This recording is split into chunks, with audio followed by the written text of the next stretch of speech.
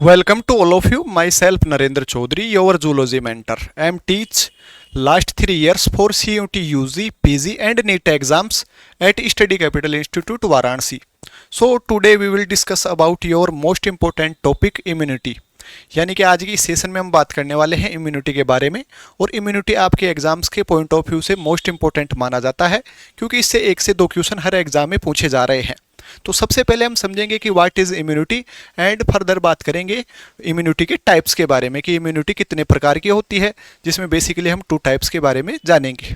तो चलिए स्टार्ट करते हैं इम्यूनिटी के डेफिनेशन से, इम्यूनिटी के टाइप से। सबसे पहले हम बात करते हैं इम्यूनिटी की डेफिनेशन, यानी इम्यूनिटी है क्या।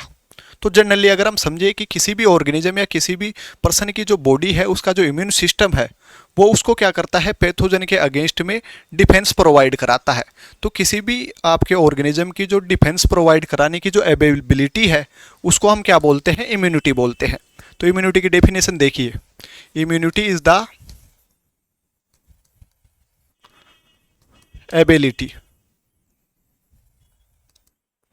Ability of immune system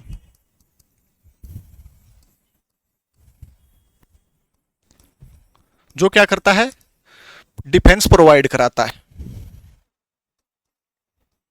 that provide defence किसके अगेंस्ट में, हार्मफुल पैथोजन,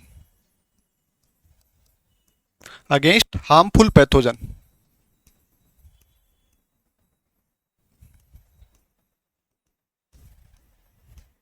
अब ये पैथोजन कितने टाइप के हो सकते हैं। पैथोजन हमें पता है कि बैक्टीरिया हो सकता है, उसके साथ में अगर हम बात करें डिफरेंट काइंड्स के आपके वायरस हो सकते हैं, कुछ आपके अगर देखा जाए तो फंजाई हो सकते हैं या फॉरेन पार्टिकल्स हो सकते हैं। पैथोजन लाइक बैक्टीरिया, उसके बाद में अगर हम बात करें तो वायरस, फंजाई या fungus and foreign particles.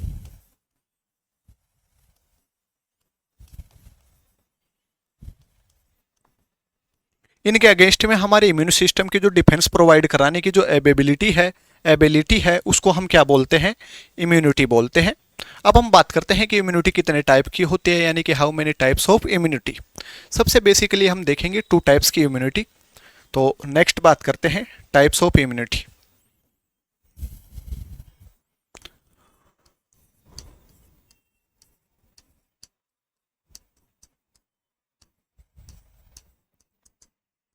Immunity basically 2 types की है आपकी, जिसमें फर्स्ट टाइप है इन्नेट इम्यूनिटी।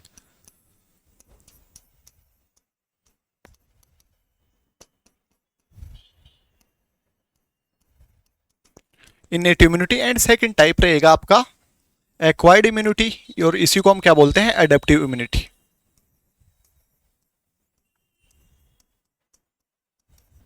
एडेप्टिव और एक्वायर्ड इम्यूनिटी।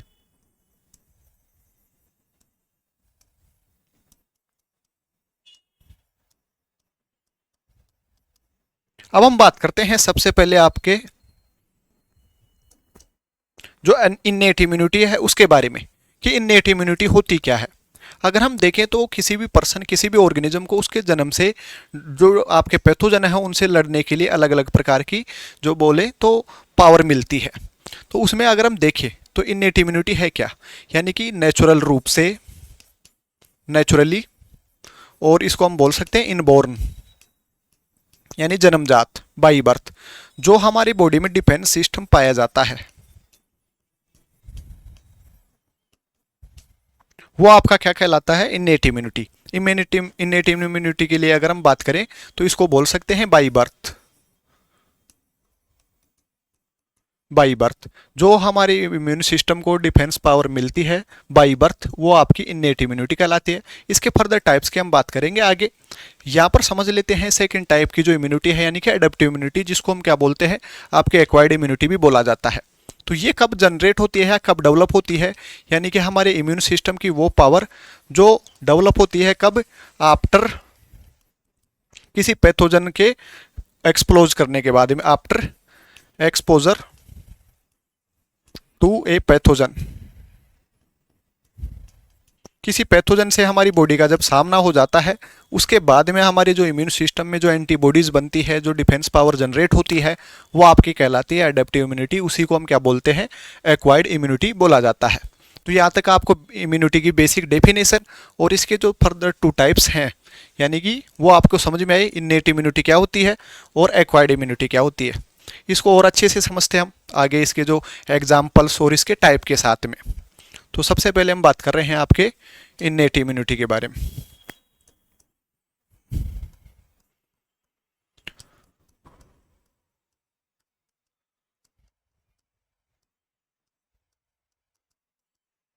इन्नेट इम्यूनिटी, जिसमें मैंने जैसे बताया कि आपको ये क्या होती है, किसी भी ऑर्गेनिज्म की जन्म से मिलने वाली इम्यून सिस्टम की पावर, वो आपकी इन्नेट इम्यूनिटी कहलाती है। इसमें 4 प्रकार के क्या काम में आते हैं, बैरियर्स काम में आते हैं यहाँ पर। तो इसमें 4 टाइप्स के क्या रहेंगे, बैरियर रहेंगे, जो हमारी बॉडी में जन्म से ही प्रेजेंट है।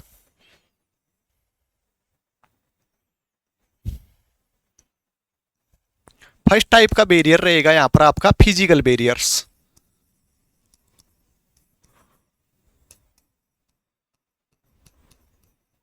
Physical barriers.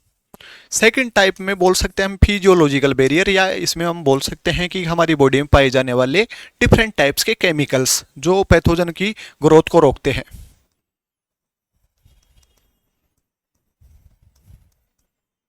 फिजियोलॉजिकल और केमिकल।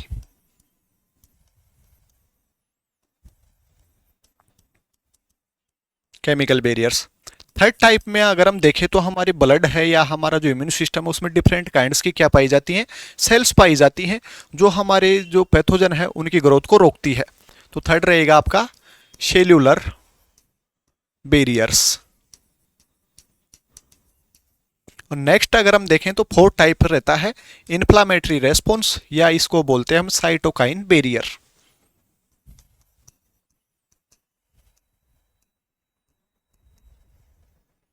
इन्फ्लामेटरी रेस्पॉन्स,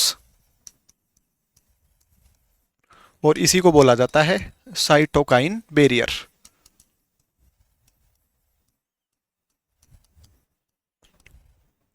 ऐसे हमारी जो इन्नेट इम्यूनिटी है उसको 4 टाइप्स के बैरियर्स के बेसिस पर क्लासिफाई कर सकते हैं।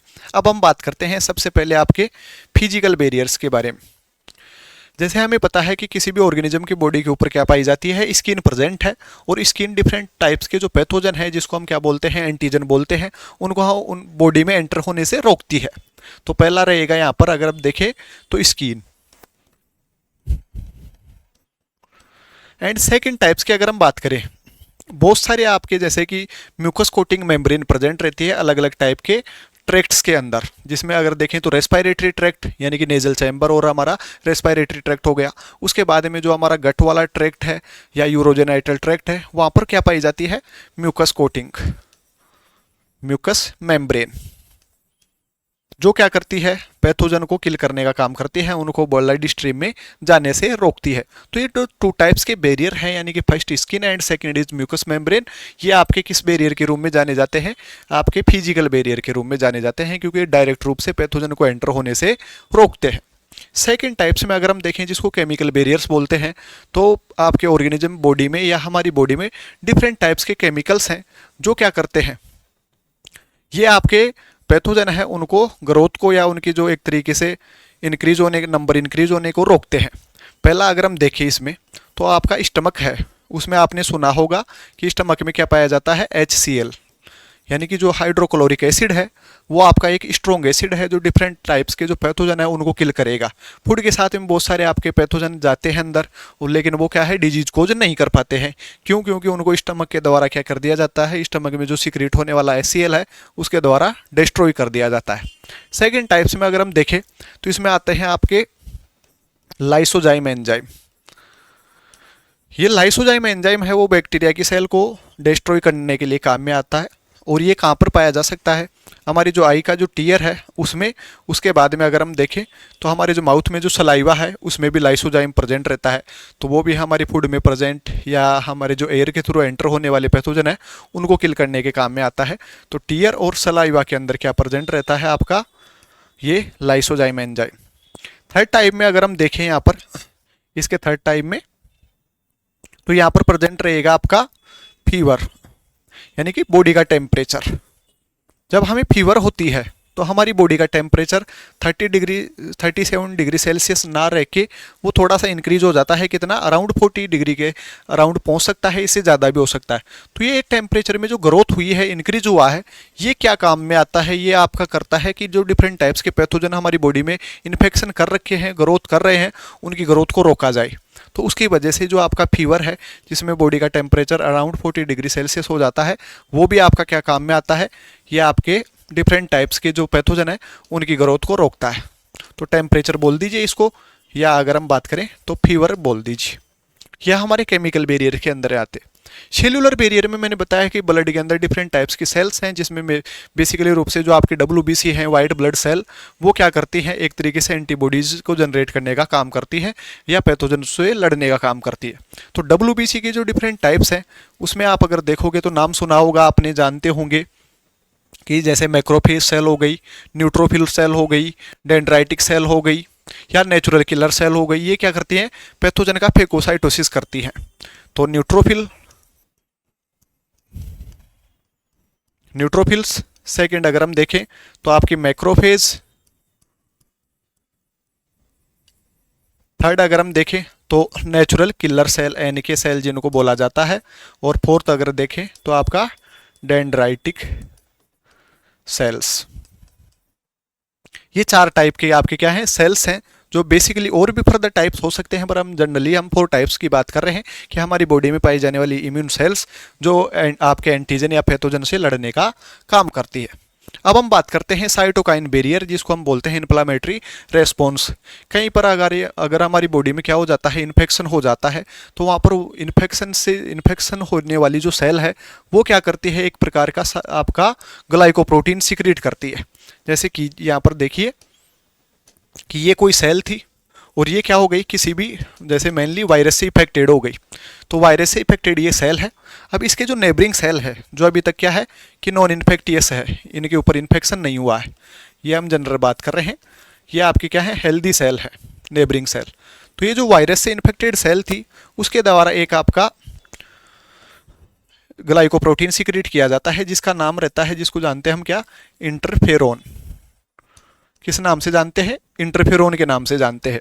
ये इंटरफेरोन क्या करता है कि जो नेबरिंग सेल्स हैं उनको इन्फेक्शन से बचाता है। तो यहाँ पर आपका साइटोकाइनिन में क्या आ जाएगा, इंटरफेरोन। यहाँ पर हम लिख सकते हैं किसको, इंटरफेरोन को।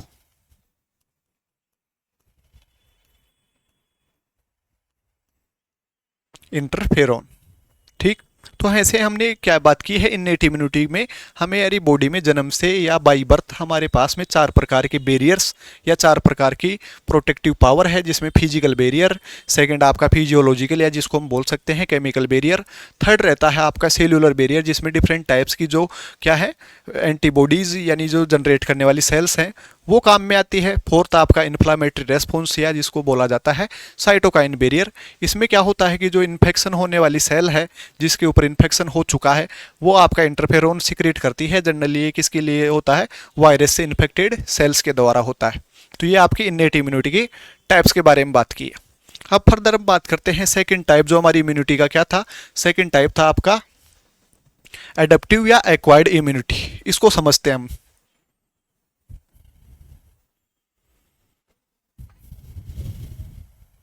सेकेंड टाइप है हमारा एडेप्टिव या एक्वायर्ड इम्यूनिटी।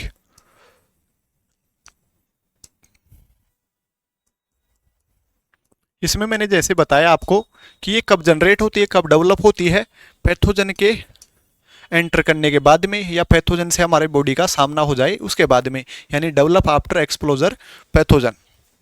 ये जो आपकी एक्वायर्ड इम्यूनिटी है ये हमें 2 प्रकार से मिल सकती है या 2 प्रकार से जनरेट हो सकती है। एक होगी नेचुरल रूप से और दूसरी रहेगी आर्टिफिशियल रूप से। ये जो इम्यूनिटी है वो हम 2 प्रकार से जनरेट कर सकते हैं, एक तो नेचुरल और दूसरा आर्टिफिशियली। फर्स्ट टाइप रहेगा नेचुरल, नेचुरल आपकी adaptive immunity.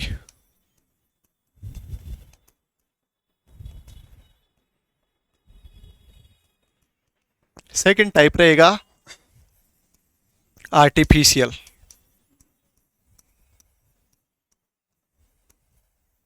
Artificial adaptive immunity.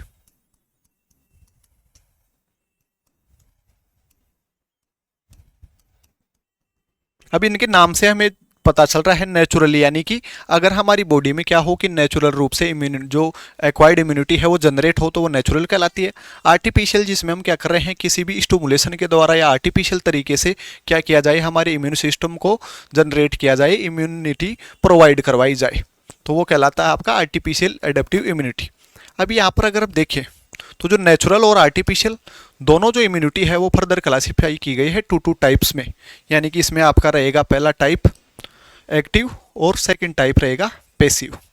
First इसमें ए बोल सकते हैं हम क्या, एक्टिव, और इसका बी बोला जा सकता है यहाँ पर बी टाइप्स पैसिव।